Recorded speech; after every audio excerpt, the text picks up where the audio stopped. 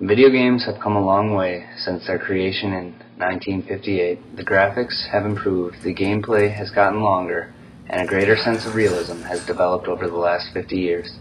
But along the way, violence in video games has increased drastically. However, the response to this violence has weakened over time. Many psychologists believe that desensitization to violence has transpired in the minds of most people, and that this is a leading cause to increased occurrences of random acts of crime. But these illegal activities are starting to look more and more like violence in video games. From early arcade games to futuristic, realistic third-person shooters, this is a detailed exploration of the differing responses to the releases of Death Race and Gears of War 2. The controversy started with Exidy's 1976 arcade game, Death Race. The game has a very simple concept. Each player controls a car and races around a black and white monochrome screen, attempting to run over gremlins.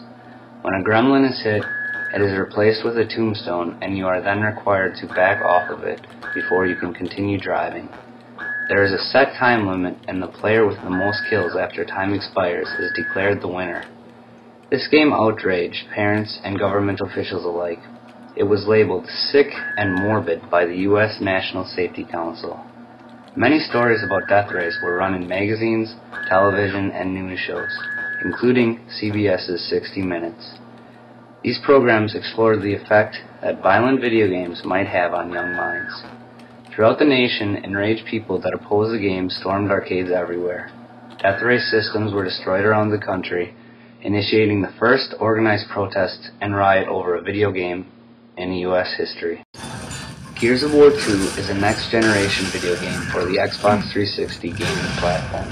Like its predecessor, Gears 2 features the same strategic hover-based fighting along with intense violence and gore.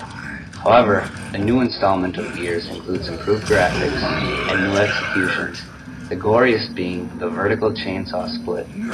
In this execution, the victim is cut in half with a chainsaw, starting at the lower crotch and then ending at the apex of the head. Even with these seemingly atrocious displays of video game violence, Gears of War 2 has received very little public outcry. There has been almost no controversy here in America, but the game has been banned in Germany and Japan. The lack of negative attention and the presence of high praise for this game reveals how desensitization to violence is occurring in America. Oh yeah! Throughout the past few decades, various researches have been conducted regarding the effects of playing violent video games. One study, performed by a distinguished Iowa State University psychology professor, showed that the participants, after playing only 20 minutes of a violent video game, reacted with a significantly more relaxed response to real violence than those that had been playing 20 minutes of a non-violent game. The researchers concluded that playing a violent video game, even for a short period, desensitizes the player to real violence. Any type of game is considered a competition, therefore it makes sense that people who play them may get aggressive in order to win. As the tension builds, aggression can get out of control and opponents may try to hurt one another, not just win. As games got more and more realistic in the 1990s due to breakthroughs such as graphics accelerators, violence in games grew as well. Interactivity then increased, which allowed people to feel more like they were actually inside of the game rather than just playing it. People then felt like they were the one committing the crime or violent act, and the more these actions are repeated, the less a person will respond to similar violence in real life. In 1999, it was released that the U.S. Army used violent video games as a way to desensitize soldiers to actual war. It was also proven that after playing violent video games, people demonstrate less activation in the prefrontal portions of the brain, which are involved in inhibition, concentration, and self-control. This points strongly to the conclusion that video games cause people to be less responsive to violence. Desensitization to violence in video games has occurred over time, from when Death Race was released in 1976 to now with Gears of War 2 in 2008.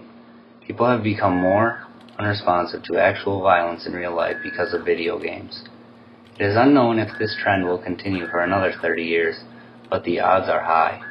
Video games will continue to become more advanced and more realistic because that's what the consumers want, and fulfilling that want is crucial to any game company in an economic crisis such as today's. However, these companies are meeting the wants of the consumers at what cost? School shootings and other random acts of violence continue to rise as an indirect effect of violent video games. And our youth, being extremely unprotected to foreign influence, will grow up having been exposed to the most graphic games yet seen. Nobody can predict what future video games will be, but expect the unexpected because they will best their current versions in every aspect.